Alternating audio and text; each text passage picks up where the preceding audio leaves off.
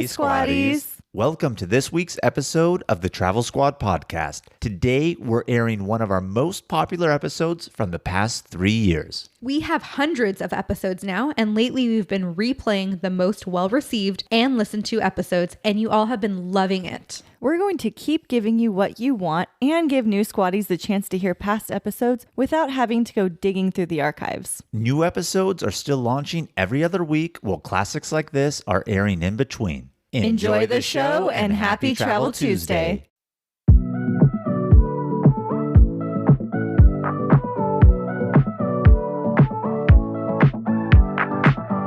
Welcome to the Travel Squad podcast. We adventure the world together, one passport stamp at a time. We're here to share travel news, tips, and our own adventures with you. Every Travel Tuesday, we share stories on a variety of topics, including our hometown San Diego, hiking, Weekenders, national parks, international getaways, and inspiring you to go on your own adventures, even if it starts with your own backyard. I'm Jamal. Brittany, and I'm Kim. And we're the Travel Squad podcast. So grab your ticket and your passport. And don't forget your travel insurance. and prepare for takeoff.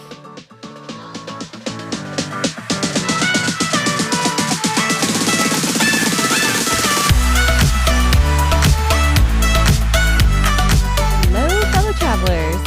Hey, everybody. Squaddies. Welcome to episode 104 of the Travel Squad podcast. Today, we are taking you on a spooky New England fall foliage trip. Jamal and I have never been to the New England area, but it's definitely on my list to visit in the fall because I really want to go experience all of the beautiful fall colors and eat clam chowder and experience the beautiful scenery and all of the spookiness. So, Kim, I can't wait to hear all about the trip that you took this last year. Yeah, I'm really excited for you to get into this. I remember you telling us about it when you were going. You're really excited because when we say New England, you're talking about Boston, you're talking about Salem, Massachusetts, where they had the witch trials, has all that history in New England, just in that area of Massachusetts, but let alone New England as a whole. I really want to get out there to experience it specifically the way you did. You got to see it kind of in season change when the colors are going, the weathers are changing, and it just sounds absolutely amazing. So I'm really looking forward for you to dive more into that and inspire me. Not that I need more inspiration, but it will give me more inspiration nonetheless hearing you talk about it. You guys will love it when you go. The colors really do not disappoint. I mean, what you see in the pictures, it is in real life, in your face, and it's freaking gorgeous. So let's start with some tips for New England.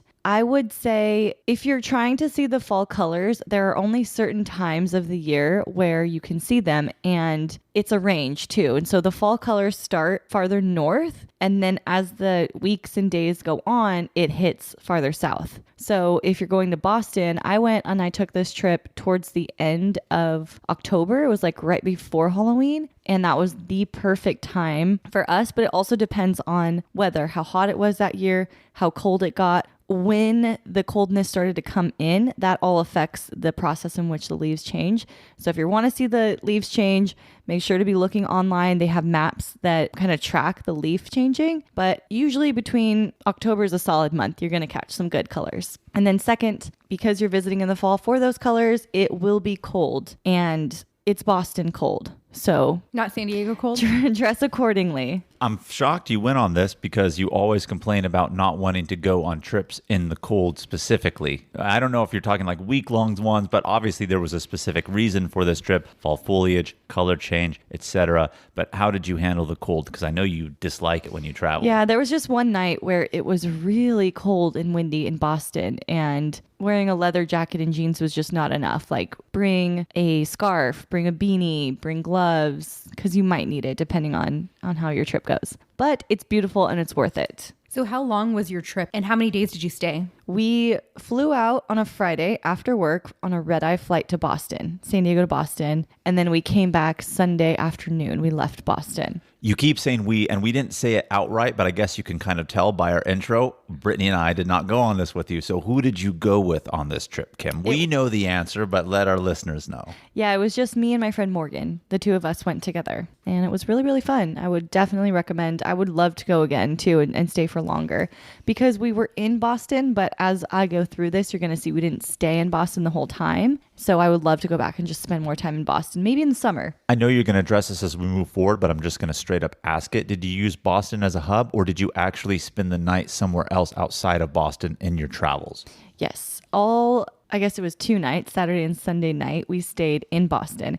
But let me just get straight into that. Please do. Friday was the red eye. It was also during COVID, and the airport, there was like nothing open except one bar. So got an airport beer, hit the red eye flight, got into Boston around 6 a.m. I want to say the flight landed. So very early. We went straight to our hotel, which was the Revere Hotel in the Boston Commons neighborhood. Highly recommend it. Super cute boutique hotel. Squad tip. You can check in early, and this doesn't just apply to the Revere Hotel in Boston. I've done this in Miami, and I've done this a couple of other times at other hotels when I've taken a red eye. Show up to the hotel when you get in and ask for an early check-in. If they have the room available, they will give you the hotel room, and you can basically save yourself from that extra night of costs. We've done the same thing when we flew into Fort Lauderdale area. We've been able to check into the room super early as well. So that is a great squad tip. Yes. And so that's exactly what we did. They gave us the room. We left our car out in front of the lobby, and then we went to go put our stuff down, and we were going to come get it and go park. But because we were so tired, we ended up just laying down in the bed and taking a nap and getting woken up like 30 minutes later from someone calling saying, you need to come get your car. It's in the front still. And we were like, oh shit. They did you a solid. They let you check in early and you leave your car blocking the front entrance of the hotel. It wasn't blocking it.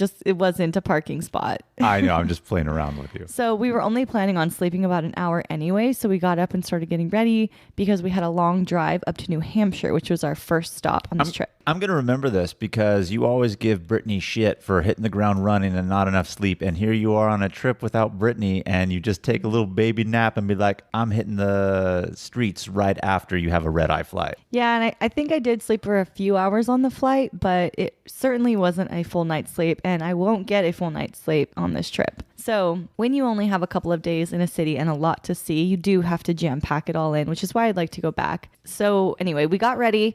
We got in our rental car, which also was very shitty, by the way. Yes, we opted for the lower end price point on rental cars, but this thing was actually dirty. It was disgusting. It was filthy inside. I'm not even kidding. Did you book it from a reputable company? I think it was, I don't know, it was one of them, Budget Hurt, something like that.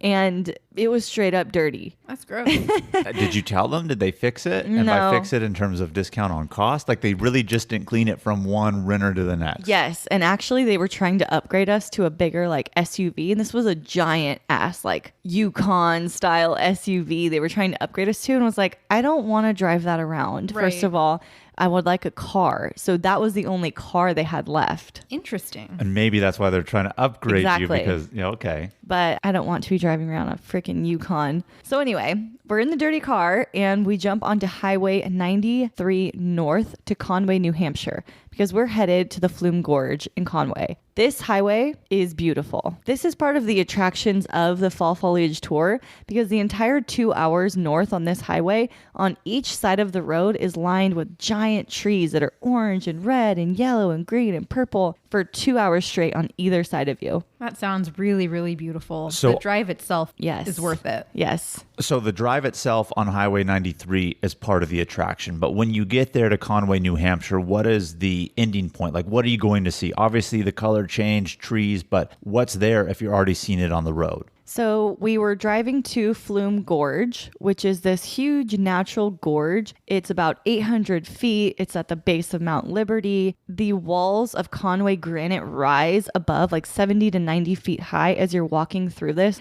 It's almost like a slot canyon too, because it's just about like 10 to 20 feet apart and it's gorgeous. There's fall colors everywhere. There's leaves literally raining down like you see in a fall movie. Ooh, that's magical. And it's like misting and sprinkling the whole time. So it's very fall vibes.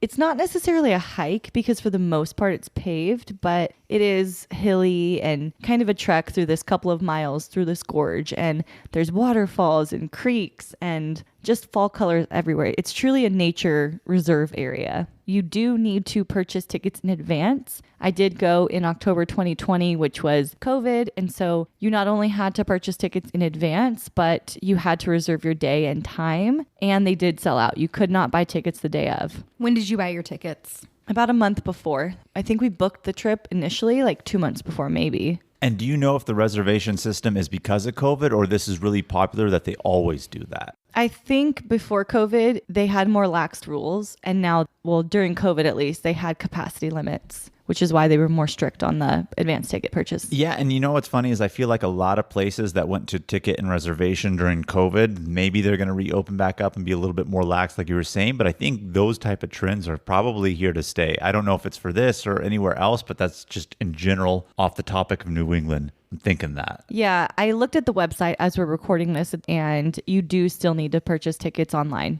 And how long would you say you spent there? Probably 2 hours. I think your ticket is for 2 hours only. Okay. And it's about 2 miles of walking through this thing. You'll be taking pictures the whole time. I wanted to look cute and fall and fashionable. So I wore these new brown boots that I got, but they came in actually a little bit higher heel than I thought they were. So for this 2-mile trek through the gorge, I'm wearing boot heels. I wouldn't recommend that.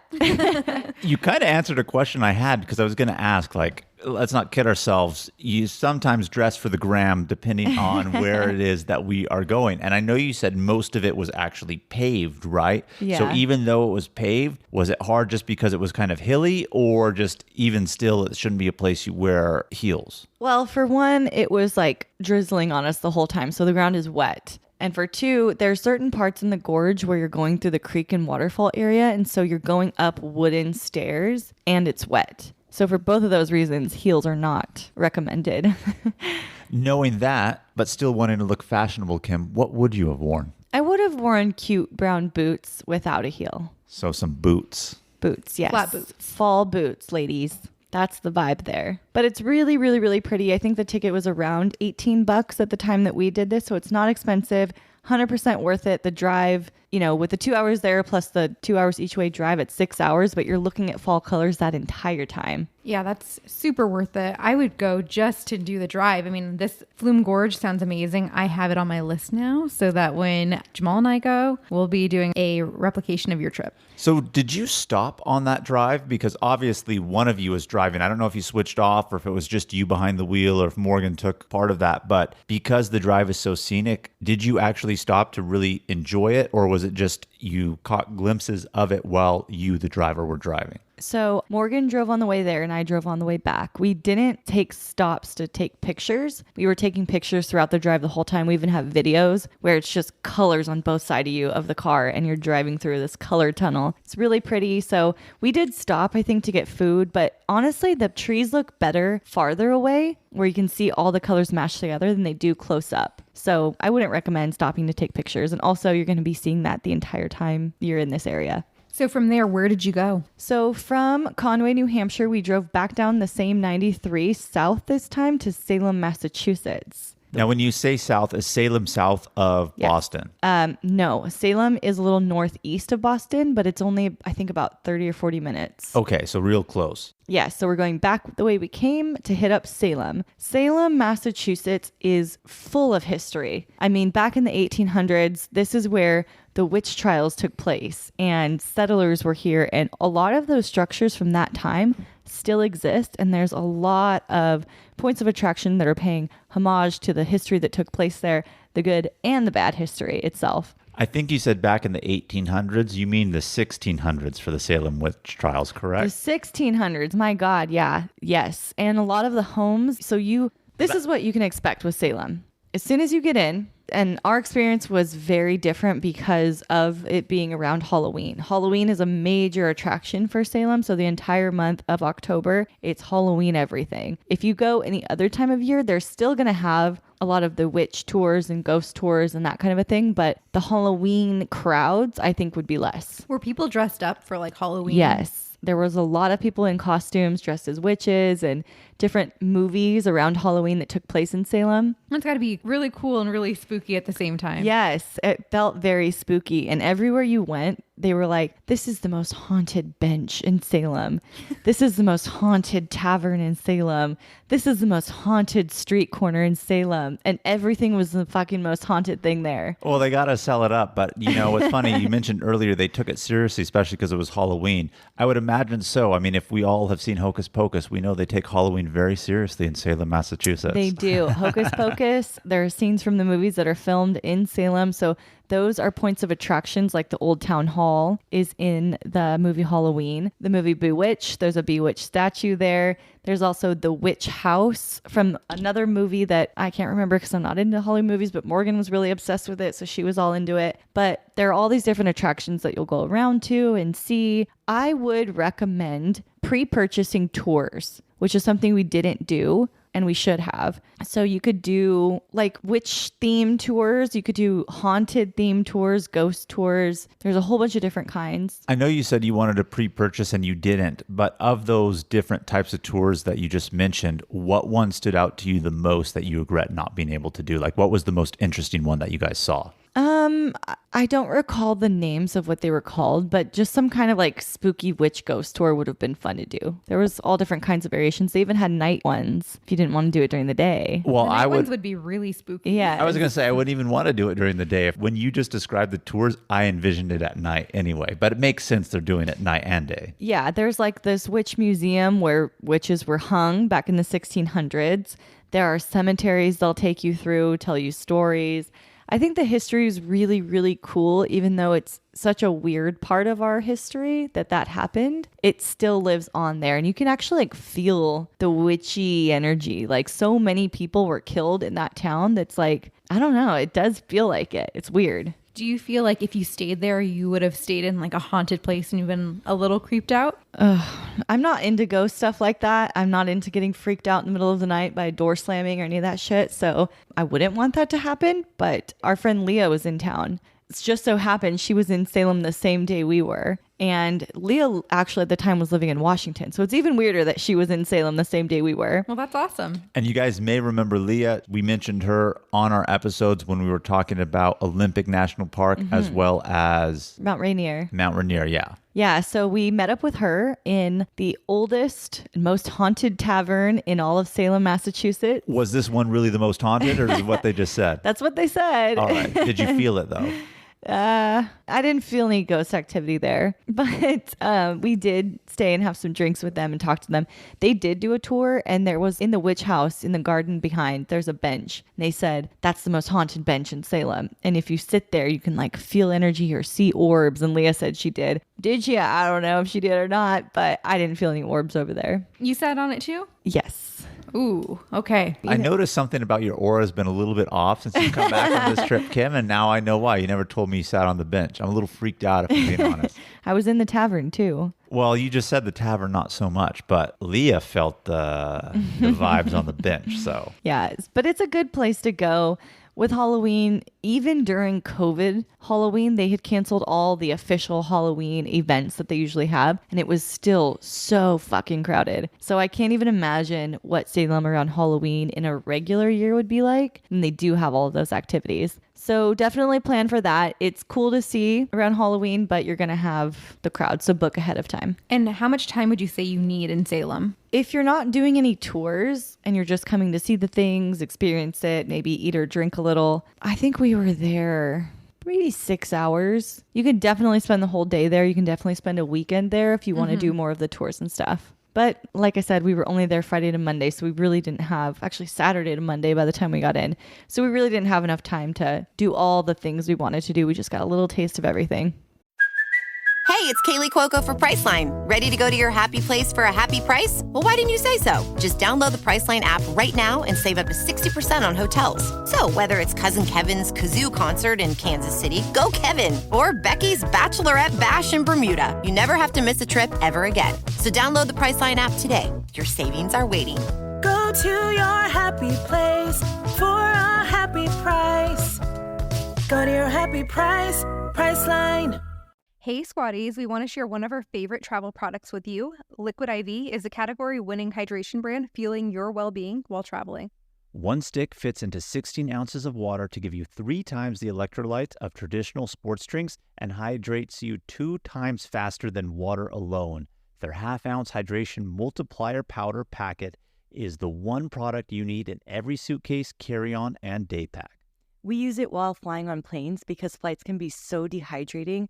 We use it when we feel jet lagged, when we're out on a hike, and after a long night out that has us feeling worn out. In just one stick, you get 5 essential vitamins, B3, B5, B6, B12, and vitamin C. Liquid IV also now comes in 12 delicious and refreshing flavors to keep your hydration routine exciting. Our favorites are the lemon lime and tangerine with immune support. It's made with premium ingredients, all non-GMO and gluten, dairy, and soy-free. Get 20% off when you go to liquidiv.com and use Travel Squad Podcast at checkout. That's 20% off anything you order when you shop Better Hydration today using promo code Travel Squad Podcast at liquidiv.com. Hey Squatties, let's take a quick detour to talk about our travel itineraries that we've created just for you. We just launched several new international trip itineraries, including Tulum and Japan. This is on top of the itineraries we already have for U.S. trips like the Hawaiian island of Kauai, the U.S. Virgin Islands, as well as national park trip itineraries, including Utah's Mighty Five National Parks and a week at Grand Teton and Yellowstone. These fully built out 20 to 30 page PDF guides are available for instant download on our site right now. Every detail of the trip is laid out for you, so all you have to do is download, book, show up, and have fun. The itineraries tell you where to fly into, the exact route to take, where to stay, park entrance prices, where to eat, driving distance between attractions, the things to see and do, even the hikes we recommend, their mileage, and the time to allot for each one. And believe it or not, so much more. Be sure to head over to travelsquadpodcast.com to download your very own comprehensive travel itinerary today. So after we were calling it a day in Salem, we drove back to Boston and we wanted to just get some dinner, get some drinks, see Boston a little bit. We were coming from San Diego where lockdown was in full swing. Boston was a little bit more open, which was really nice. We didn't really go anywhere like special that I would really recommend. We just kind of walked out of our hotel, found a nearby restaurant. Food was okay. Went to a nearby dive bar. You know, drinks were okay. Even though you're saying they were just okay, sometimes that's the fun experience is exploring the neighborhood that's around you of like where you're staying hotel-wise or something to that effect. So I'm sure there's good culinary places there, but I appreciate the fact that you guys did that and chose to do it that way. And it was very cold at night. I think that's another reason maybe why you didn't want to go too far then, huh? Yes, yeah, we didn't go too far, but you've got to go out and see the nightlife a little bit when you're there. So at this point, we're really tired because we had barely slept and been up extremely early.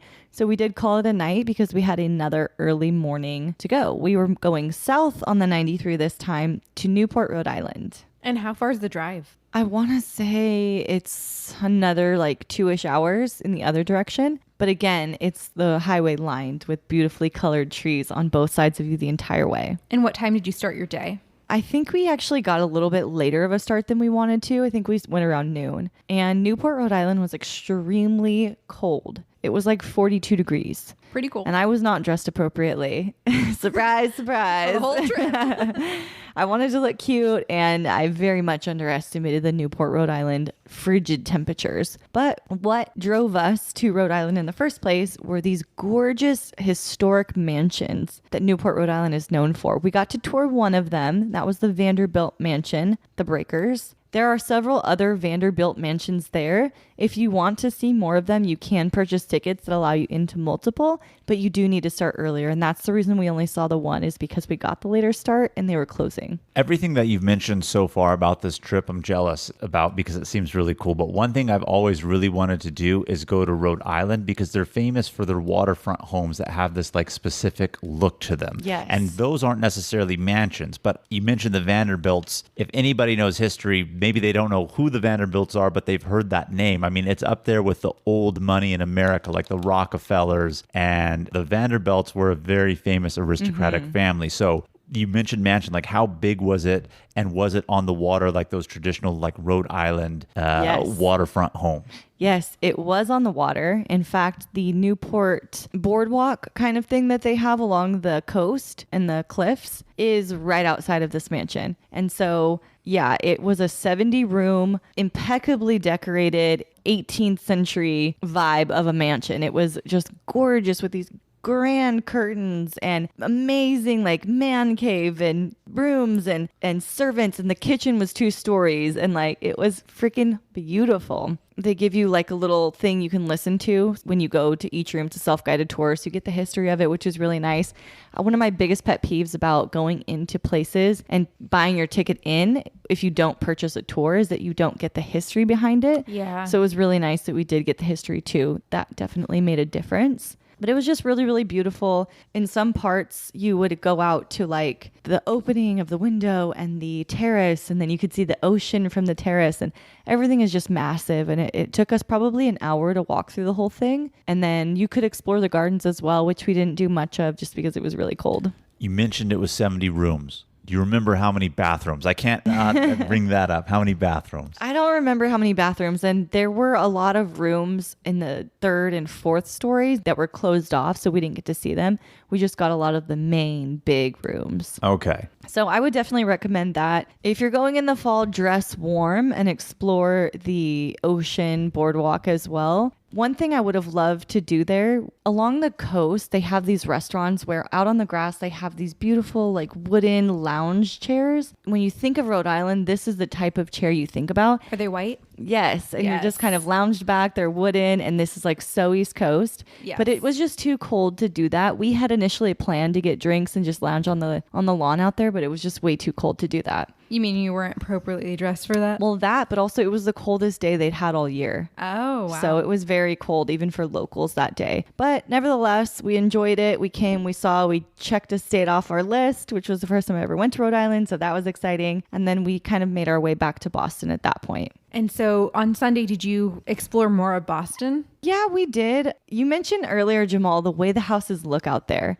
And not so much in Boston proper, but all around New England, there is that home style that I really enjoyed. They're kind of like giant square homes with like kind of pointy roofs, and they're massive homes, and they're all around New England. And you just don't get that architecture vibe out here on the West Coast. So that was really cool. So along the whole drive, you're kind of seeing that plus fall colors. It's really pretty. When you're describing those homes, though, and that unique look, were those older homes that you know were built back in the day and they kept, or that's just their modern local look to their homes? I think it's maybe a little bit of both. Definitely in Salem, a lot of the homes look like that, and they were 16th century, even some in the 1900s, that they were historic homes. They had that same look, as well as just everyday homes people were living in. That's one of the things I love really most about traveling within the United States, is going to different states and just really looking at how the homes are built and look differently. Some of them are because of the time period and they have a little bit more history because of that. But even so, if it doesn't have history, or even if it does, they keep with a look that's really intriguing. And so that's another reason why I want to go out there, is really to check that out. But I'm envious of that Rhode Island, though, because there's just that Rhode Island look on the water that I want to experience. Yes. And if I had more time, I would have loved to go to Providence maybe and see more of Rhode Island. But next time we'll definitely have to do that. So I went back to Boston, though, because up to this point, we've been go, go, go. Like get a breakfast sandwich from Starbucks and hit the road,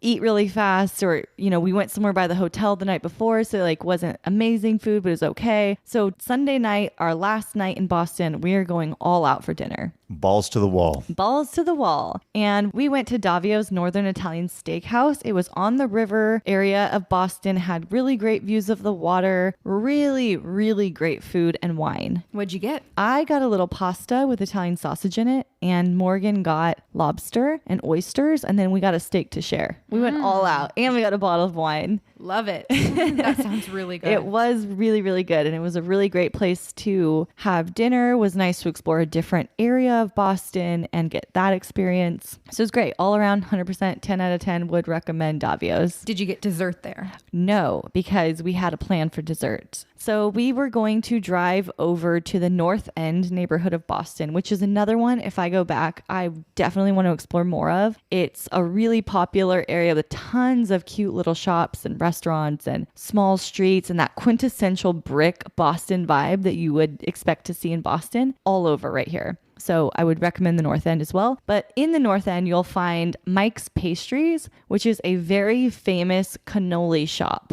Ooh, I love cannoli. They had like 40 different flavors of cannolis. What flavors did you guys try? We only got 2. We got a lemon and a chocolate chip. Which one was better? I loved the lemon. That one was bomb, but they were both really good. They had other pastries and cakes too, but cannolis were definitely the drawing point of this place. They were good, 100%. I'm sold on the lemon cannolis from Mike's Pastries. They were great. And there's a long line to get in because it's so well known and it's a local's favorite and a tourist favorite. There's a line. It's cash only. So make sure to bring cash. And don't be afraid of the line because it does move quickly. These Italians are like in and out. What do you want? If you don't even know what you want when you get up there, they'll start helping someone else until you figure your shit out. So get ready. They're not wasting any time. And then we wanted to just kind of take it easy this night. You know, I mentioned the night before we just went out for dinner and drinks. I kind of left out the fact that we had a lot of drinks, which is why we got a late start in the morning that day. So we were tired and we both wanted to go out and explore Boston nightlife more, but we were both like, no, we're going to our hotel. This is Kim over 30. We're going to our hotel and we're going to eat cannolis and drink wine in our robes in bed. That actually sounds like a good night. So I take back my judgment of you being over 30, Kim. Hotel provided robes. Hotel provided Whoa. robes. So Yeah. I do recommend the Revere Hotel. And it is a cute boutique hotel and it's a little bit nicer. So I like staying in hotels too. Like I know a lot of times we take trips and we're go. We just kind of skim on the price of the hotel because we're not going to be there that often. But I do enjoy a nice hotel. So when it is a nice hotel with a hotel provided robe and slippers, I want to enjoy it. You know, I would have to agree. You know, if we're going to be go and we're out in nature and we're just kind of doing things like real quick, I don't mind a budget hotel. But like Jamal and I are headed to Austin and we want to stay on the river. So we're going to get like a nicer hotel. Nice. Same for Chicago. We're on the river there. So it's nice to enjoy a hotel and like the amenities around it every once in a while. Totally. And even if you're in a new city, like you said, if it's cold outside, cold's not your thing, you had a good day, nice and relaxing with dessert and wine in a robe in a nice hotel in downtown Boston area, you can't go wrong. Yes. And so we did that. In the morning, there was still wine left over. So I had that for breakfast. Breakfast of champions. A little cannoli too. Hey, it's only grape juice. So Monday we were leaving around 2 p.m. So we didn't have a long time. So that's part of the reason we wanted to robe it and wine in bed because we wanted to get up early the next day and see as much of Boston proper that we could squeeze in before we had to go back to the airport. So the couple of things that we saw that I would recommend seeing in Boston, Acorn Street. This place is awesome. And this is exactly what you think of when you hear Boston. Red brick buildings, cobblestone floors, just exactly what you picture of Boston. This is it. And it's definitely an area that is higher, I don't even know how you describe it. Like more affluent? More affluent, yes. And so the homes are really, really expensive, but they look really, really nice. Acorn Street, though, specifically, it is the alley in Boston with the oldest cobblestone street that dates back to the 1800s. Oh, wow. It's original cobblestone. It's the most photographed street in the entire world. And guess who has a photograph in it? You do?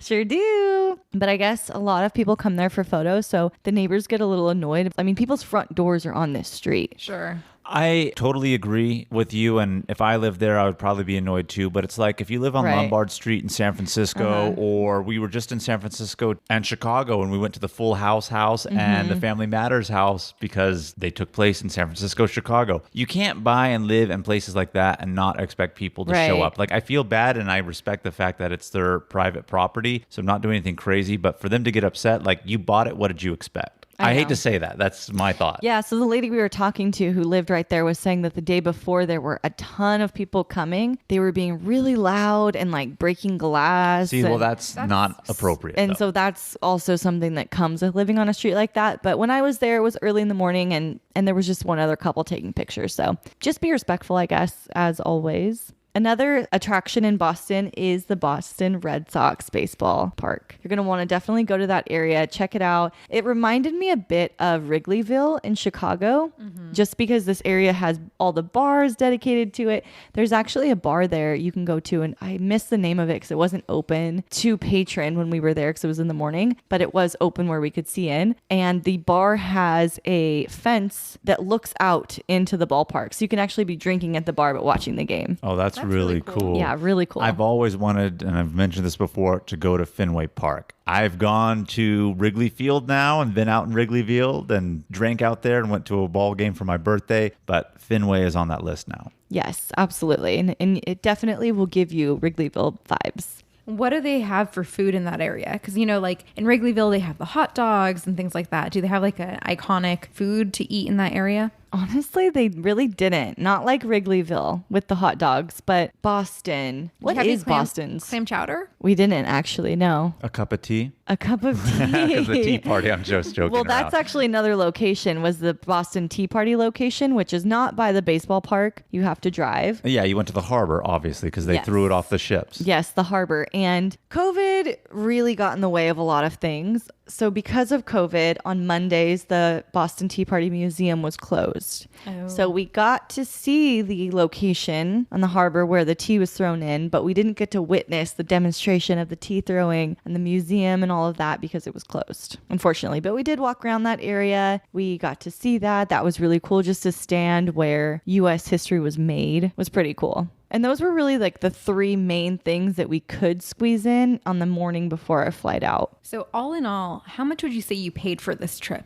So my flight was free because I had enough Delta points that I didn't need to pay for anything but the taxes. So that was great. The hotel, I think, was a little bit on the pricier end, although not extremely pricey. I want to say maybe like $200 a night for 2.5 nights. And then rental car was pretty cheap. I want to say it ended up being like 100 or 150 for the whole trip. Well, the hotel and rental car, I'm sure you split with Morgan too. So Exactly. in terms of your own out-of-pocket cost, half that. Right, true. And then the other things were just like drinks here and there, a couple of entry fees, which were pretty low. So I don't know, 500 maybe? All in all, for a weekend getaway, pretty affordable. Yes, very, very affordable and a very good trip that you would definitely want to take. I have a quick question for you about Boston before we get to your favorite time of the week, because I know it's coming up too, Kim. I know you got the rental car and they were trying to upsell you on an SUV, and I didn't say it then. I'm glad you didn't get it because I guess these could be misconceptions, but the streets, from what I understand, are really narrow out there in Boston. And so were the streets narrow? Are they super trafficy like most people think? And I know you drove north, south, all the way to Salem and then into Rhode Island, but did you use any of the mass transit in Boston, or did you always drive the car? I did not use any mass transit, and the roads were not as narrow as you may think. There were some neighborhoods, like the North End neighborhood. Yes, the roads were much more small, compact, cars on both sides. They also, because of COVID, had restaurants out on the streets, so that made it even more crowded. And an SUV could have made that dicey. Exactly what I was thinking. But for the other main roads and area where I was staying in Boston Commons, the roads were not really crammed. That's good to know. So just segregated to certain neighborhoods and probably a lot older ones. Exactly. Okay. Yes. Do you have any final thoughts about Boston before we get into your favorite time of the week? Well, I honestly feel like Boston reminded me a bit of both Chicago and San Francisco. Okay. With the weather, the way it looked, it was older, it was like windy. It just gave me vibes of both, actually. You know, I always wanted to go to Boston, and I think what was really cool to hear and see was the Boston accent on the locals. Loved it. One guy actually said something about a bubbler, and that would be a water fountain. A bubbler. A bubbler. Bubbler. Okay. A water fountain. The bubbler. You know who's done really good about getting rid of their Boston accents is Ben Affleck and Matt Damon. The more famous they got, I feel like they phased that out. In They their need to game bring it over back. there. I love it. I Do love they? the Boston accent. Every time me and Morgan heard someone talking like that, we were like, did you hear that? Did you hear that? This guy actually, after the cannolis, we were searching for wine at a liquor store, and they don't sell it in like regular stores. So we were like looking around, and we could hear this guy like, that's not my car. That's my wife's car. Like, car. Yes. Very, very Boston. So I would definitely recommend this trip. I would love to go again, even in the fall. I can't wait for us to go. I mean, we might even go as a squad. Squad trip. Squad trip. Well, Kim, it's your favorite time of the episode. Questions of the week.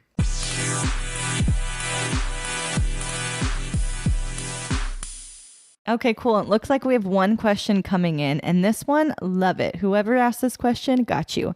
He said, what kind of outfits would you recommend for this trip? I'm going to jump in real quick, even though I didn't go. And that should be everything that you heard Kim say she brought. Don't bring or bring more, because clearly it wasn't working for her, right? Yeah, I brought knee-high flat boots, and those were the only flat boots I brought. Otherwise, I was wearing heel boots the whole time because I wanted to look fashionable, which I did, by the way. But you're going to be doing a lot of walking, so keep that in mind. I would say knee-high flat boots. Maybe Doc Martens are good boots to wear. They'd be really cute in Salem, but definitely the whole fall vibe. Boots, leather jacket, cute fall sweaters, black nylons under a mini skirt. Beanie, gloves. Yes. Cute beanie, gloves. And layers, because I think you didn't have the layers. Yes, definitely want to layer up, because in the daytime, it's sunny. It's not that cool, but at night, you will definitely want the layers. And that's all we have. I think this was a trip to remember for sure.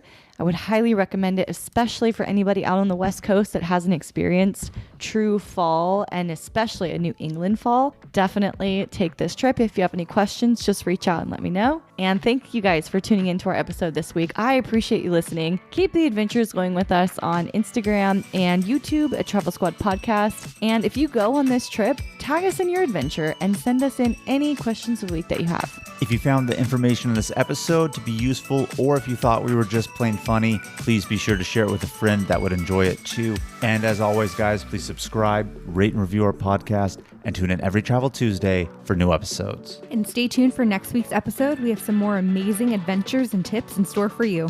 Bye everybody. Squaddies.